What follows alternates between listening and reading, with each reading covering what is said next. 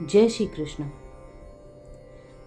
किसी पर जब कृष्ण की कृपा होती है तो उसका भाग्य उदय होता है। ऐसे ही एक वैश्या भक्त का चरित्र सुनिए, जो अति ही रसीला और रंगीला है। एक वैश्या थी। उसका घर धन संपत्ति से भरा हुआ था, परंतु वह किसी काम का न था, क्योंकि भक्त भगवान की सेवा में नहीं आ रहा था। क्योंकि वह थी तो वैश्या, परंतु उसके हृदय में भक्ति थी और वह कृष्ण की भक्ति किया करती थी। एक दिन एक विशाल संत की मंडली रास्ते से जा रही थी। सायंकाल हो गया था। विश्राम योग्य स्थान की आवश्यकता थी। वैश्या के घर के सामने छाया युक्त स्वच्छ सुंदर स्थान देखकर संतों के मन को अच्छा लगा। सभी ने यत्र तत्र अपने ठाकुर पधरा दिए और आसन लगा दिया। अच्छी ठौर देखकर ठहर गए। उनके मन में धन का लोभ कदापि न था और वह कीर्तन करने लगे। कुछ देर बाद वैश्या ने आवाज सुनी कि ये कीर्तन कहाँ हो रहा है।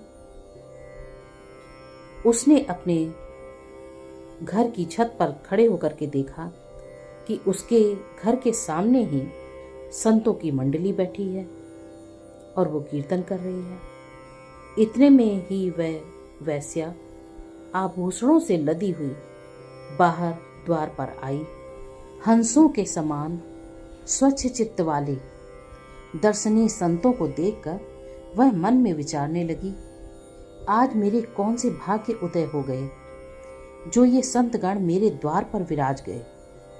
निश्चय ही इन्हें मेरे नाम का या मेरी जाति का पता नहीं। इस प्रकार सोच विचार कर वह घर में गई और एक थाल में मुहरे भर कर ले आई। उसे महंत जी के आगे रख कर बोली, प्रभु, इस धन से आप अपने भगवान का भोग लगाइए। प्रेम बस उसकी आंखों में आंसू आ गए। मोहरे भेंट करती देख से महंत जी ने पूछा, तुम कौन हो? तुम्हारा जन्म किस कुल में हुआ है? इस प्रश्न को सुनकर वह वैश्या चुप हो गई। उसके चित्त में बड़ी भारी चिंता व्याप्त हो गई। उसे चिंतित देखकर श्री महंत जी ने कहा कि तुम निसंकोच होकर सच्ची बात खोलकर कह दो, मन में किसी भी प्रकार की शंका ना करो। तो वह बोली, मैं वैश्या हूं। ऐसा कहकर वह श्री महंत जी के चरणों में आ पड़ी।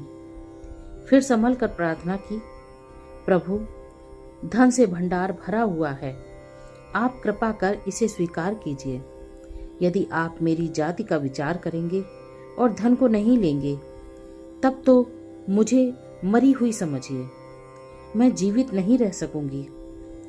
तब श्री महंत जी ने कहा, इस धन को भगवान की सेवा में लगाने का बस यही एक उपाय है मेरे हाथ में, और वह यह है कि इस धन से श्री रंगनाथ जी का मुकुट बनवाकर उन्हें अर्पण कर दो। इसमें जाति बुद्धि भी दूर हो जाएगी।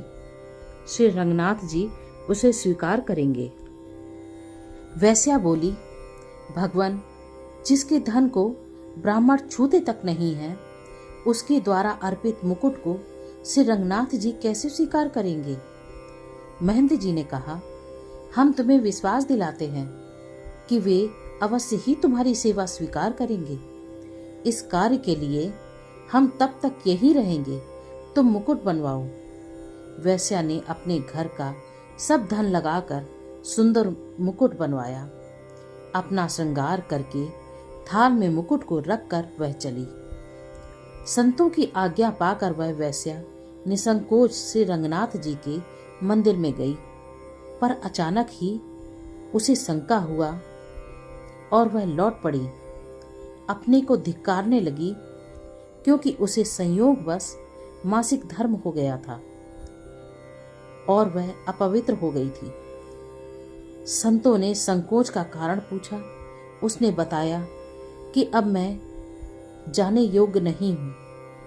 श्री रंगनाथ जी ने वेश्या की दैन्यता और प्रेम को देखकर अपने पुजारियों से कहा, इसे ले आओ और यह अपने हाथ से हमें मुकुट पहनाए।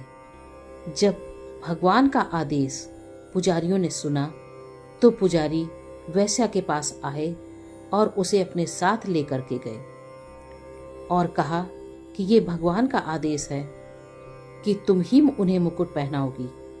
तब वेश्या अंदर गई और जैसे ही उसने हाथ में मुकुट लेकर पहनाना चाहा, वैसे ही श्री रंगनाथ जी ने अपना सिर झुका दिया और मुकुट को धारण कर लिया।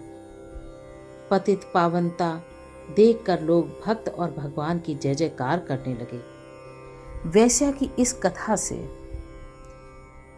बहुत सी चीज़ें साफ होती हैं कि भगवान भेद नहीं करते।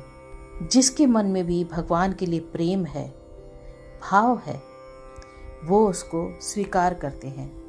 फिर वो कोई भी हो, कैसा भी हो, भगवान के लिए सब एक हैं।